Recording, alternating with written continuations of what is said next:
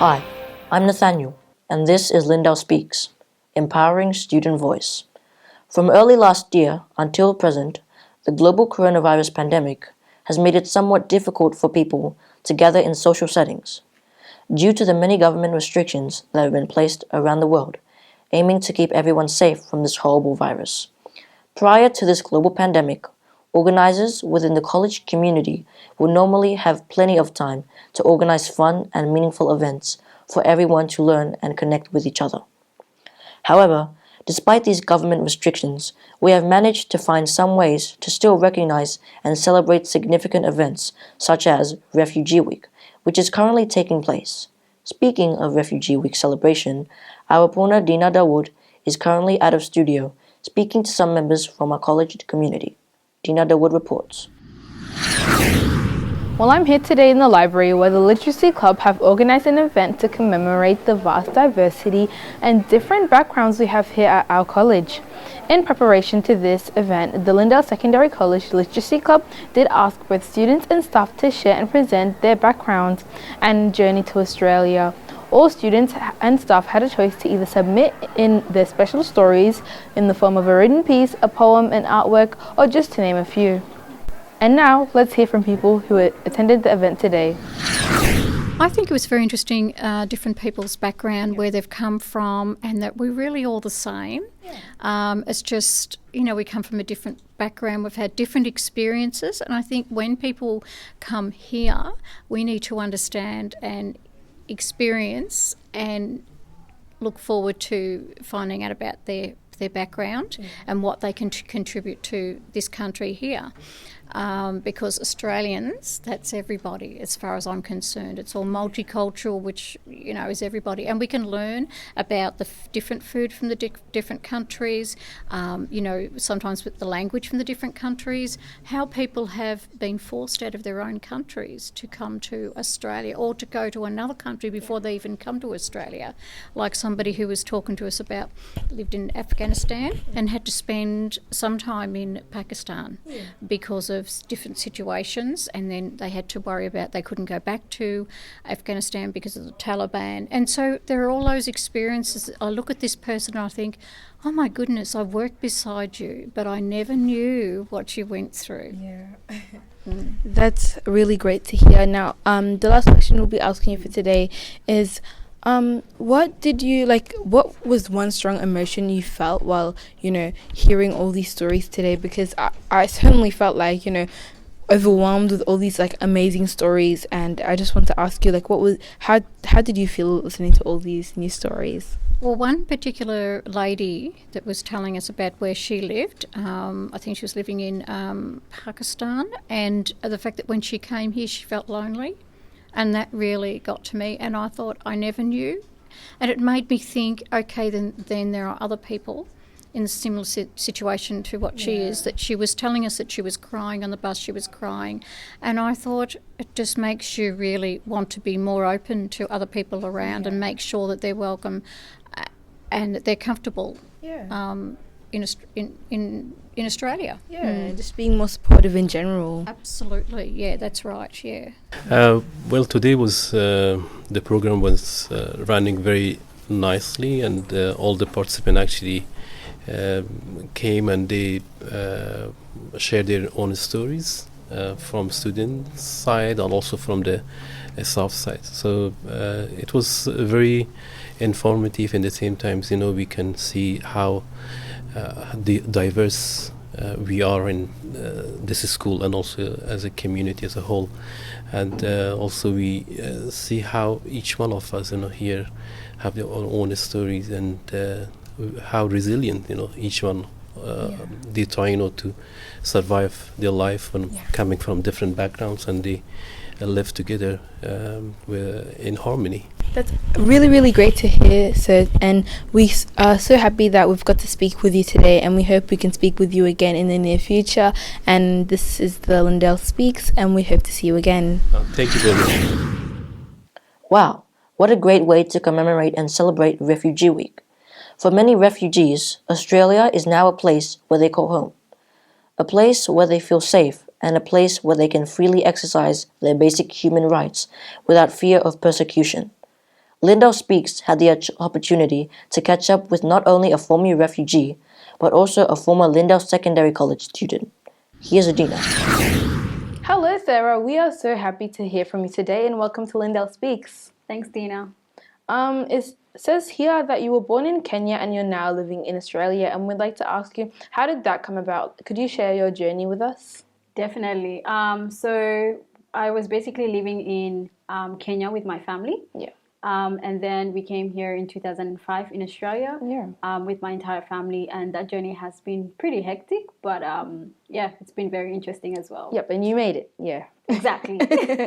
I'm very sure that your parents or some members of your family faced many challenges leaving South Sudan for Kenya and eventually Australia. So tell me, how was life like for you and your family when you first came to Australia? I think most people, I would speak for myself, most people basically when they come to Australia, the first thing I would say that they miss is basically the people that they left there. Yeah. So we left our relatives, our cousins, friends, and it was very interesting to come to Australia and to find that now you have to build some sort of like a relationship with other people. Yeah. And that was really hard. I think that was one of the challenges that we faced. But at the same time, it was good because we also had cousins that were here. We had other family members that were here. So they kind of made it very welcoming in a way. Yeah. And it was good. We kind of enjoyed it. That's great to hear. Thank you. So what was one of the biggest culture shocks you experienced when you came here to Australia? That's an interesting question. I would say, I think they had some sort of freedom. Yeah. I think that's one of the cultural shock that when we came to Australia, we encountered that if you're back in like Sudan or South Sudan, you had a lot of responsibilities. And because we were used to the people that were there, it was not like everybody was doing the same thing. So it was like normal. But when we came to Australia, it was like everybody was like, they had freedom of speech. I mean, look at it like this. If you were to talk to your mom in a very rude manner in Australia, that would be like, okay, fine. Because it's like society in Australia is like, oh, everybody has a speech. You have to, freedom of speech, But if you were to be in Africa and you spoke that same tone, you probably get a slap. Like, you probably, it's a whole different way of respect. Like the same, a sense of respect in Sudan is very different from the way maybe in Australia. Yeah. Because now when you're in Australia, you feel like you have a voice. Yeah. Whereas there in Sudan, it's a very like close-knit community, I guess. Exactly. And like to your elders, you must like, have that respect. Exactly. Yeah. So, that was one of the challenges that we came with. And I think it's just a point of adapting now to the society. But at the same time, you have to know where you came from. So there are cultural morals and values that we kind of have to abide or that were already instilled in us. If you were in Sudan or Africa in general, all Africans know you don't talk to your parents however you want to talk to. Point period. That's just it.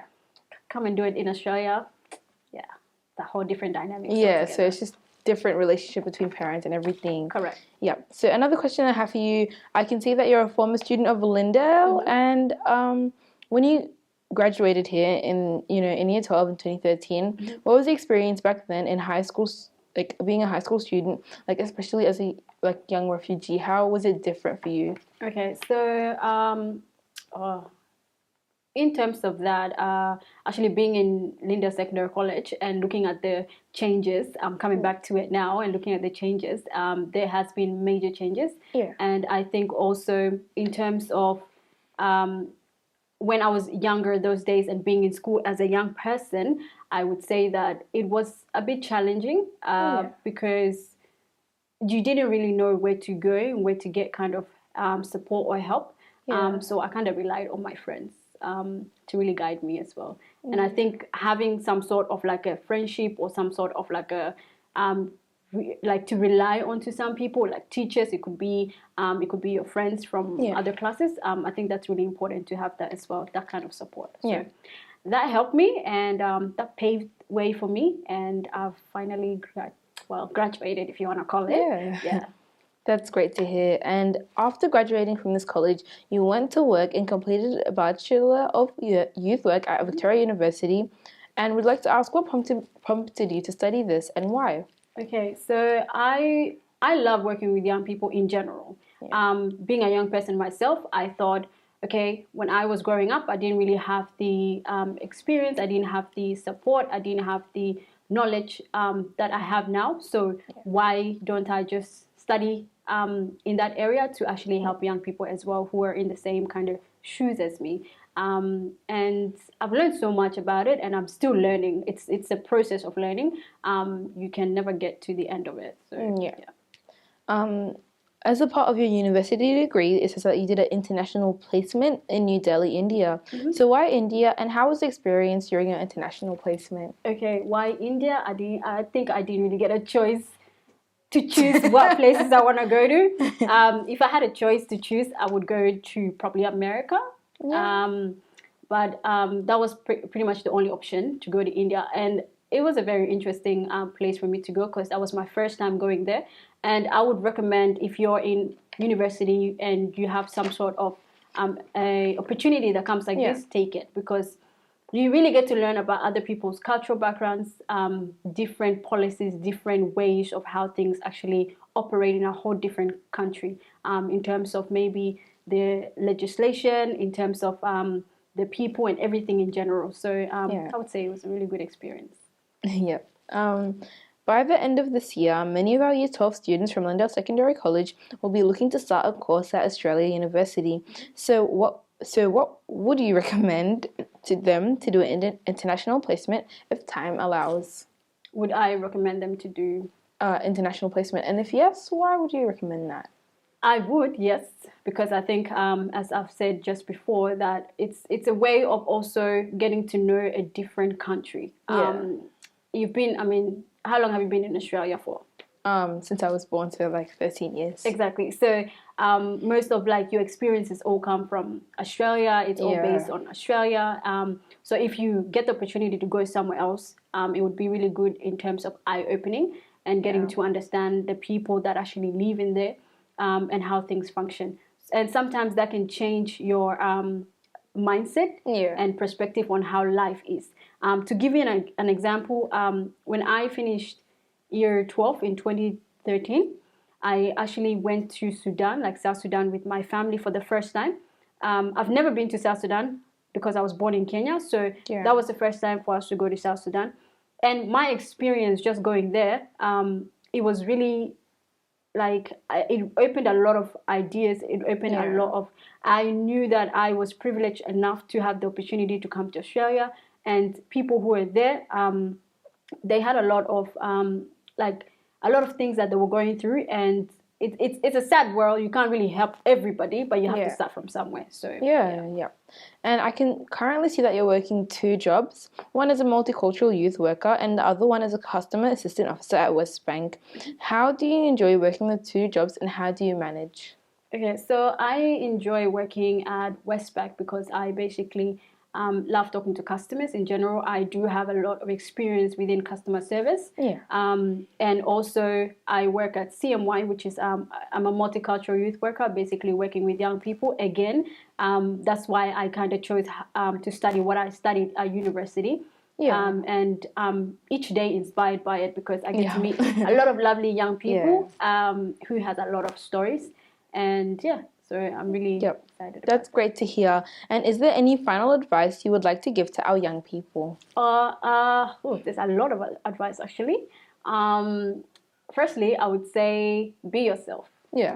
I think that's the most important thing that I would advise a young person.